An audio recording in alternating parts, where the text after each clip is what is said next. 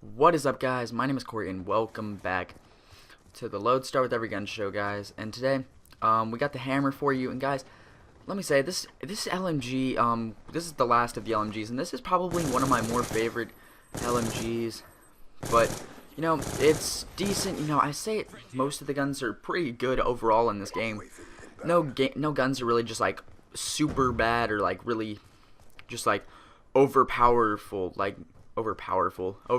or just like amazingly good that it just makes everything else seem super terrible.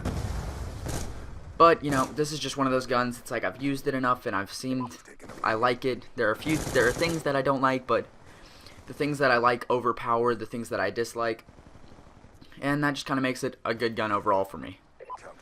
Okay, so what I want to talk about today is basically freestyle commentaries, and I actually watched a Wings of Redemption video, which is where I'm getting the idea of this from, and he was talking about, he did a freestyle commentary, and he was like, basically a freestyle commentary is wherever any person, any commentator just goes, has no idea what they're going to talk about until they hit that record button. They hit the record button, and they just talk about anything that comes to their mind first thing, and then they jump on that, and then whenever they wear that topic out with whatever they're talking about, they just go right on to the next thing.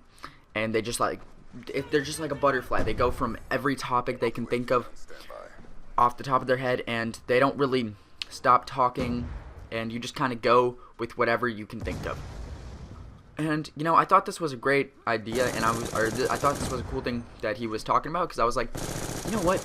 I started thinking back, and I was like, that is how I do 95% of my commentaries. And you know what? That's probably not my best idea.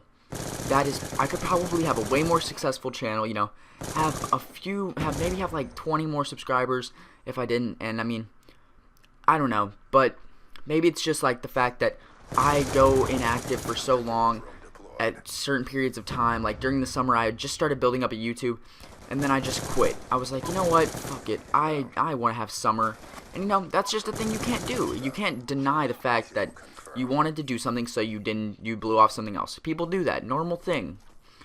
And it's just like, I wanted to do that, and I made a choice. You know, I kind of fucked myself in the end, but you know, you always try to recover from whatever you do. And I don't know, it was worth it. I had a great summer, but that's just kind of something I was thinking about, and I was like, you know what? So I spent some time and actually thought about what I wanted to say for this commentary, and I was like, I got nothing better to do. I'm not doing anything till at least 8, and it's only like 4 o'clock. So basically, guys, I wanted to talk about a few little things that he also mentioned. He also talked about failing YouTube channels and how some guy said his channel was failing. And I was thinking about it. I was like, that is so true. That is like the truest thing ever.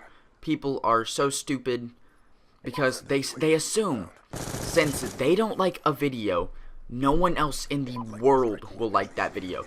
Basically, oh, I used to really like I Am the Attack, but now I don't watch them. Maybe it's just because I don't watch YouTube videos as much as I used to anymore, but I just click on whatever I get on right from school. I'm just like, oh, that looks okay, or I'll watch it while I'm taking a dump, and I'll be like, you know what, this is what I want to watch, you know, because I Am the Attack, I used to love him, and it's just because I liked one of his series, my first series. Whenever I first started watching that, it was just the funniest shit, but it's like, the way he used to be isn't what I liked. I don't like him how he is now. I mean, he's great commentator. I just don't care for his videos as much as I used to. He's not failing as a commentator. No, he's doing great. He's probably doing the best he's ever done. Just because more people are watching YouTube videos, he's a great commentator, more people are watching him in theory. And that is a true fact, because just by how many subs he has and how many subs he used to have, he is doing great. Just overall with commentaries and everything. Just because I don't watch him does not mean he's not doing good. That is what people think. They're like, I don't watch him, so he's doing terrible. And that is like the dumbest thing I've ever heard. I was like, are you joking? You don't watch a commentator, so you assume he is doing bad, like he's not doing successful as a YouTuber. Which, I understand the whole thought of that. That's just with everything. Like, there will be a game that is super cool and all my friends play, but we'll play it for like a month, and then everyone will stop playing it, and this is like on iPhones or some shit. And then we stop playing it, and then all of a sudden we assume no one else in the world plays it. It's like, oh, wow, people still play that? You assume that since we don't play it, we're the only people in the world that ever played it. No, they're like games that are going on the iPhone, the App Store and all that stuff. Those games stay big for a while, guys. And people just assume after they quit playing it, everyone else does. And it's just like, that's how it goes with a lot of things. And I feel like when I heard that from Wings of Redemption, I was like, you know what, he is so right. This needs to be said. It's just with everything. People assume since they don't do it, no one else does.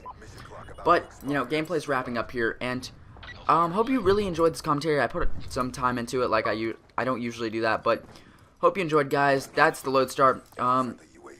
That's the end of the gameplay. Hope you enjoyed. My name's Corey. I'll talk to you later. Bye.